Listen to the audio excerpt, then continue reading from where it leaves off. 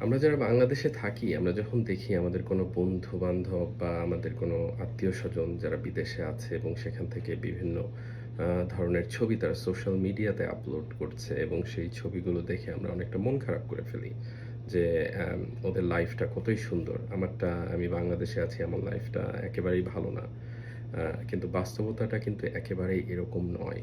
আমরা যারা বিদেশে আছি, যখন আমরা বিদেশে আসি, আপনারা একটা জিনিস চিন্তা করে দেখেন যে একটা স্টুডেন্ট এইচএসসি পাস করার পরে সে ধরেন আ মাগুরা থেকে ঢাকায় মুভ করলো ইউনিভার্সিটিতে পড়ার জন্য।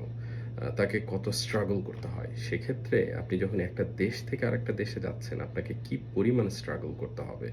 অ্যা এ কালচারাল ডিফারেন্সেস রয়েছে, ফাইন্যান্সিয়াল সিচুয়েশন ভেরি ইম্পোর্টেন্ট।